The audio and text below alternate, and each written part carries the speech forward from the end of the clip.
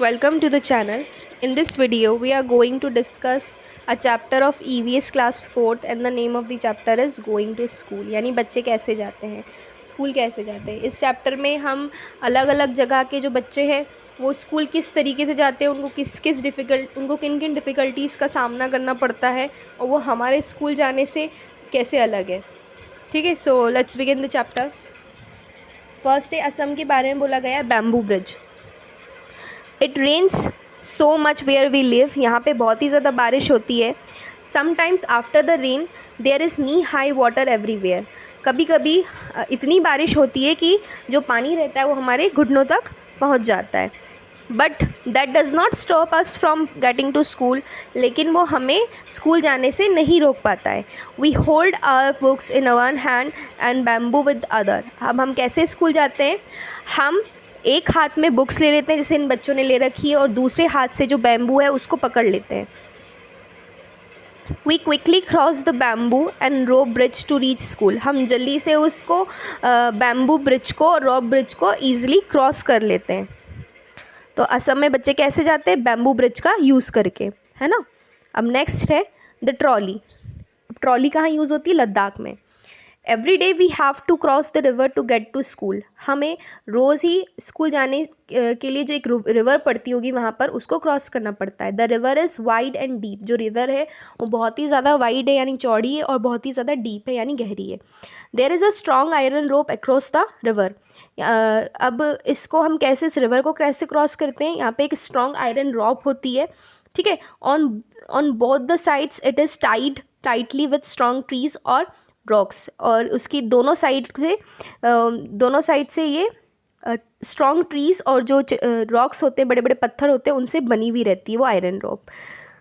There is a trolley an open box made of wood, वहाँ पे एक trolley है जो कि एक ओपन बॉक्स है ना, लकड़ी का बना हुआ, अटैच विद द रॉप, और उसको हमने अटैच कर दिया गया है रोप से, है ना, उस आयरन रॉप से।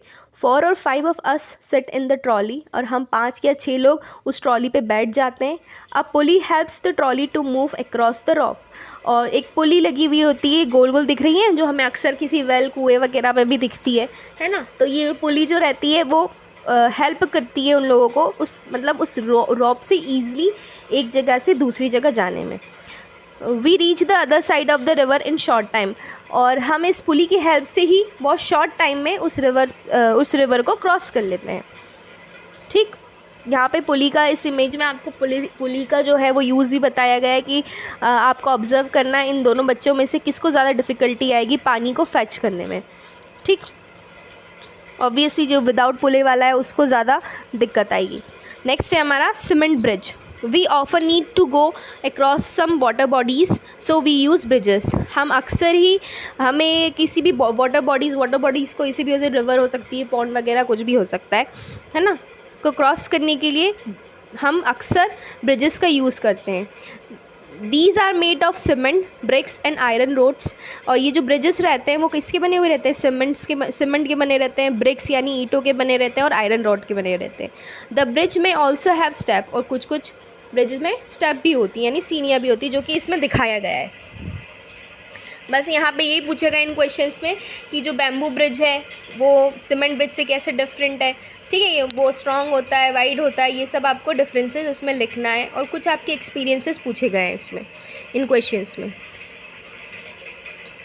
देखो, अब नेक्स्ट है वेलम। वेलम क्या है, in some parts of Kerala we use vellam small wooden boat to reach school.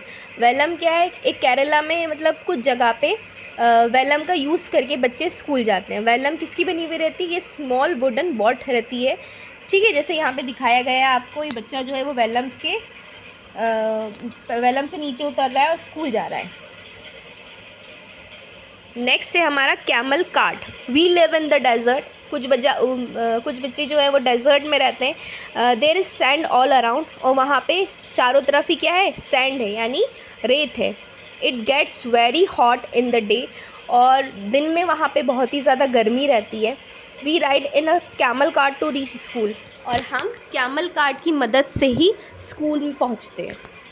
ठीक है, अब देखो बच्चे बैठे हुए हैं, यहाँ पे कैमल है, एक कार्ट लगी हुई है, नेक्स्ट है बुलक कार्ट।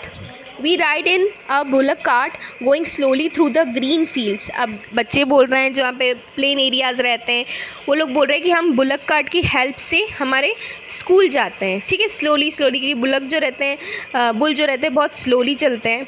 ठीक है, if it is too sunny और रेनिंग वी यूज़ अम्ब्रेलास। अगर बहुत ही ज़्यादा गर्मी होती है यानी सूरज तेज़ रहता है और बारिश होती है तो हम उसी के ऊपर बैठ करके अम्ब्रेला का यूज़ करके हम स्कूल चले जाते हैं। जैसे एक बच्चे ने यहाँ पे अम्ब्रेला ले रखा है ना। ठीक, अब नेक्स्ट है बाइसिकल राइड।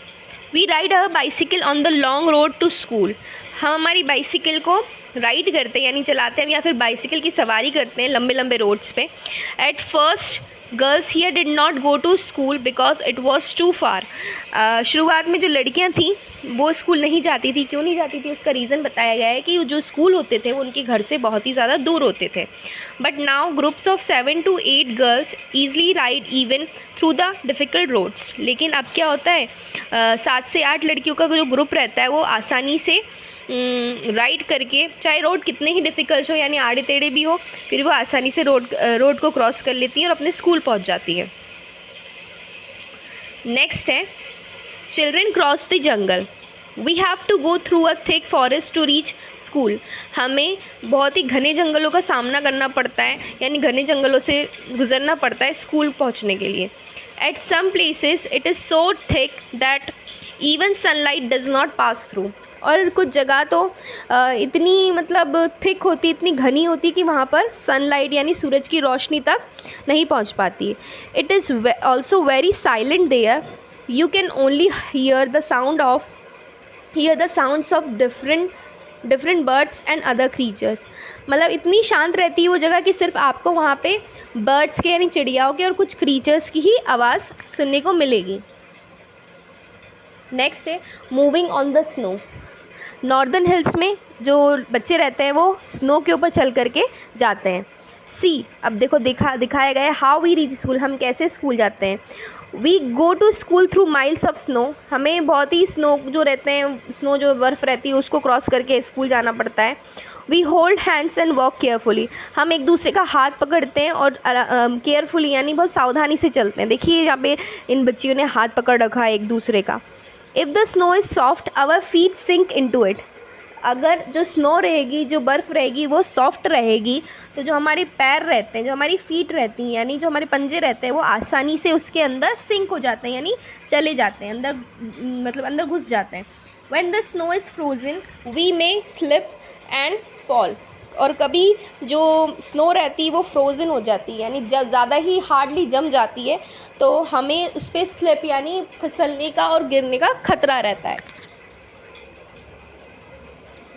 अब है हमारा रॉकी पाथ। अब रॉकी पाथ पे कहाँ के इलाके के बच्चे जाते हैं, उत्तराखंड के। We live in the mountains. हम पहाड़ों में रहते हैं। The paths are rocky and uneven. जो पाथ है हमारा, जो रास्ते हैं वो बहुत उसमें वो रॉकी है यानी पथरीले है और अनइवन है यानी समतल नहीं है, ऊबड़ खाबड़ है। The children who live in the plains will find it difficult to walk on these। और जो बच्चे प्लेन्स एरिया में यानी समतल एरिया में रहते हैं, है ना, बिल्कुल प्लेन, जहाँ पे सब कुछ प्लेन हो, तो उनको उस पे चलने में बहुत ही ज़्यादा डिफ़िकल्टी यानी मुश्किलें आएंगी। But we can easily race up and down. लेकिन हम आसानी से उस पर चढ़ भी जाते हैं और उतर भी जाते हैं। तो उत्तराखंड में बच्चे इस तरीके से जाते हैं। So that's all. Thank you so much.